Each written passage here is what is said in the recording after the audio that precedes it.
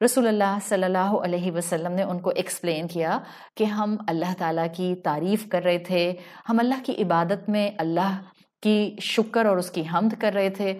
اس رات حضرت علی کہتے ہیں کہ رسول اللہ صلی اللہ علیہ وسلم سے یہ بات سننے کے بعد وہ رات بھر سوچتے رہے، اور حضرت علی اپنے کزن، آپ صلی اللہ علیہ وسلم ان کے کزن تھے نا، چچا کے بیٹے تھے، تو حضرت علی رسول اللہ کے، تو حضرت علی کہتے ہیں، چھوٹے سے حضرت علی تھے، 7 سے 6 سال کی عمر آتی ہے، لیکن حضرت علی کہتے ہیں کہ جب مجھے اللہ کے رسول نے یہ بتایا کہ ایک اللہ ہے، ایک خالق ہے اور ہم اس کی عبادت کر رہے ہیں، تو کہتے ہیں میں ساری رات سوچتا رہا، اور پھر اگلے دن انہوں نے اللہ کے رسول صلی اللہ علیہ وسلم کے ساتھ جو اسلام کی قبولیت کا معاملہ ہے اس کو الحمدللہ آگے بڑھایا۔ بچوں میں پہلے اسلام لانے والے حضرت علی رضی اللہ عنہ تھے۔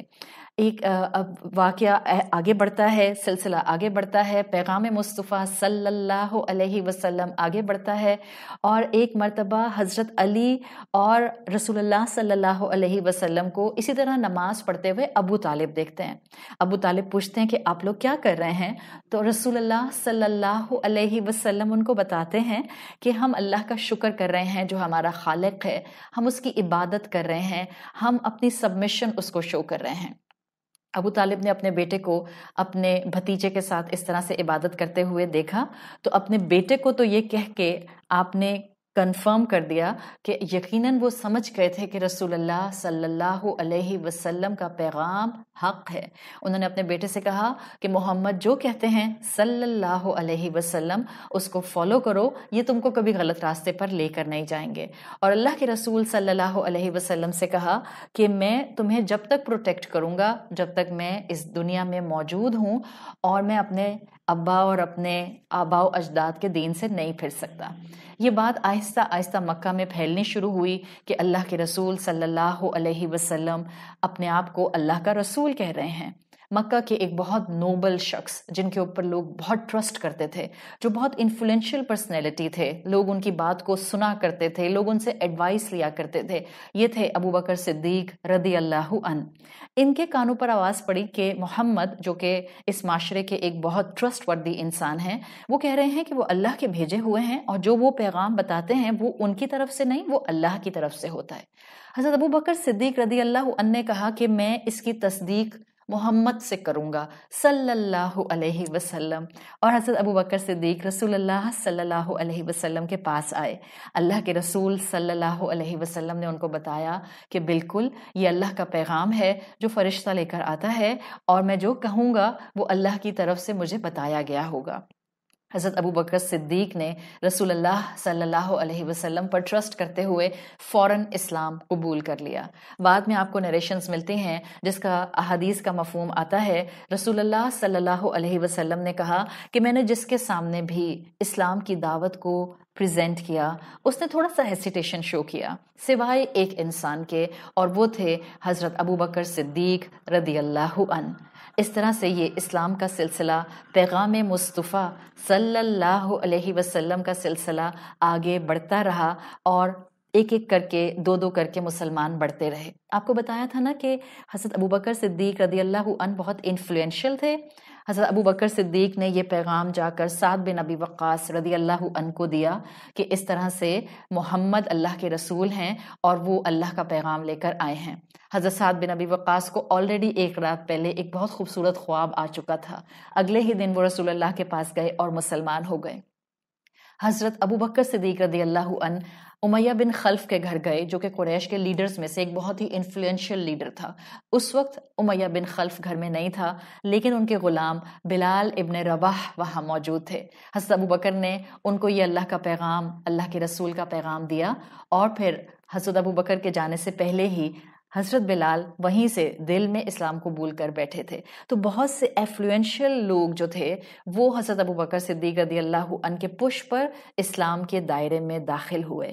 الحمدللہ پیغام مصطفیٰ صلی اللہ علیہ وسلم مکہ میں پھولوں کی خوشبو کی طرح پھیلنا شروع ہوا، اور پھر یہ گلدستہ آہستہ آہستہ مسلمانوں کی شکل میں رسول اللہ صلی اللہ علیہ وسلم کی فالوورز کی شکل میں بڑھنے لگا۔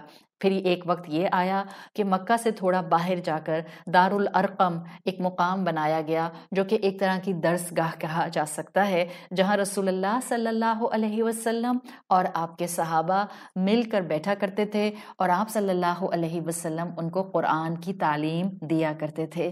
آج کے اس واقعے سے، آج کے اس پورے قصے سے جہاں ہم دیکھ رہے ہیں کہ پیغام مصطفیٰ رسول اللہ صلی اللہ علیہ وسلم کا، قرآن کا پیغام جب پھیلنا شروع ہوا تو کیسے اللہ تعالیٰ نے آپ کو ایک ایک کر کے تھوڑے تھوڑے کر ساتھی دیے۔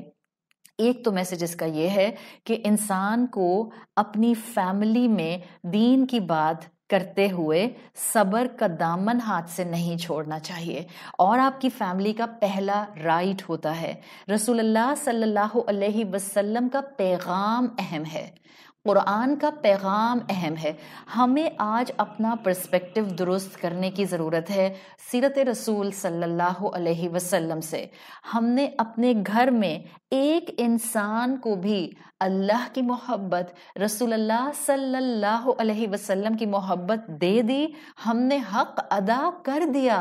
بعض اوقات ہم دنیا میں باہر نکل کر ہزاروں کو، ہنڈریڈز کو دین کی تعلیم دینے کی فکر میں رہتے ہیں، ہم یہ بھول جاتے ہیں کہ ہمارا اسلام ہمیں یہ سکھاتا ہے کہ جس نے کسی ایک انسان کو بھی اللہ کا پیغام پہنچا دیا، اس نے ایک حق ادا کر دیا۔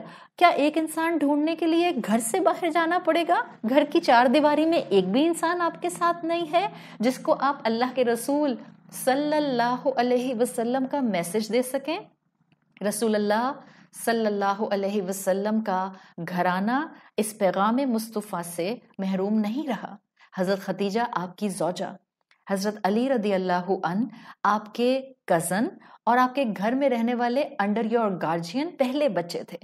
سب سے پہلی چیز جو یہاں آج کے سبق سے، آج کے لیسن سے، آج کے سیرت کے پیغام سے ہم نے لے کر اٹھنی ہے، اپنے گھر کو اپنے اللہ کی محبت سے جو آپ کو ملی ہے، ان کو اس محبت کا فلیور دکھانے سے محروم نہیں رکھیں۔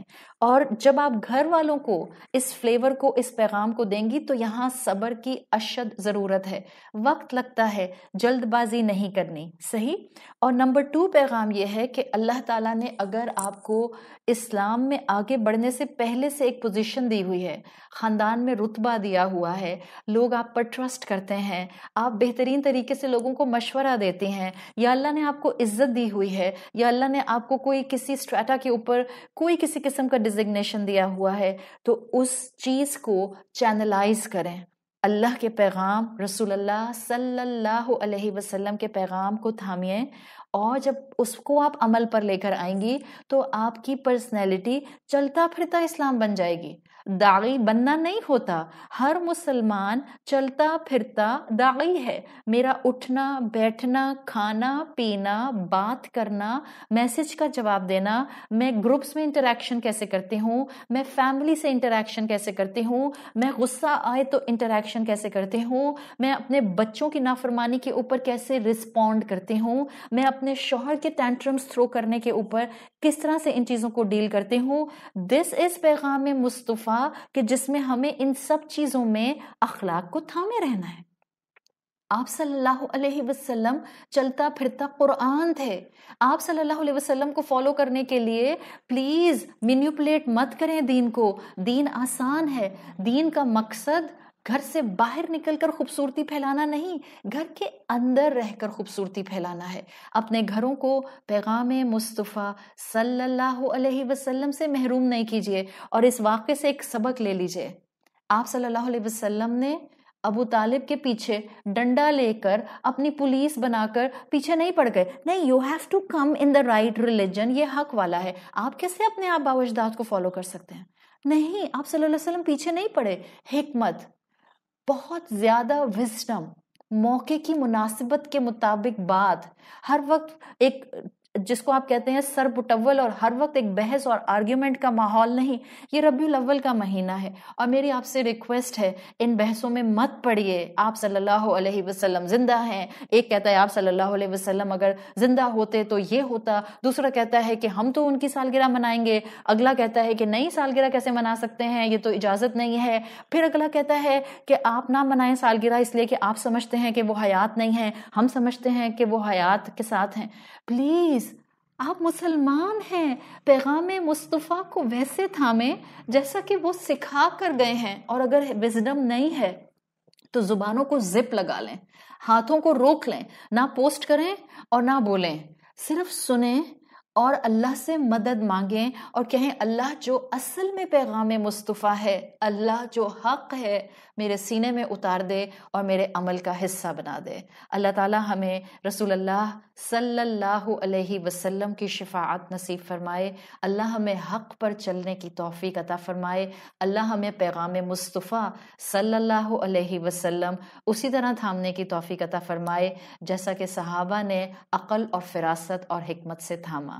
سبحانک اللہم و بحمدک نشہد ان لا الہ الا انت نستغفرک و نتوب الیک. السلام علیکم ورحمۃ اللہ وبرکاتہ.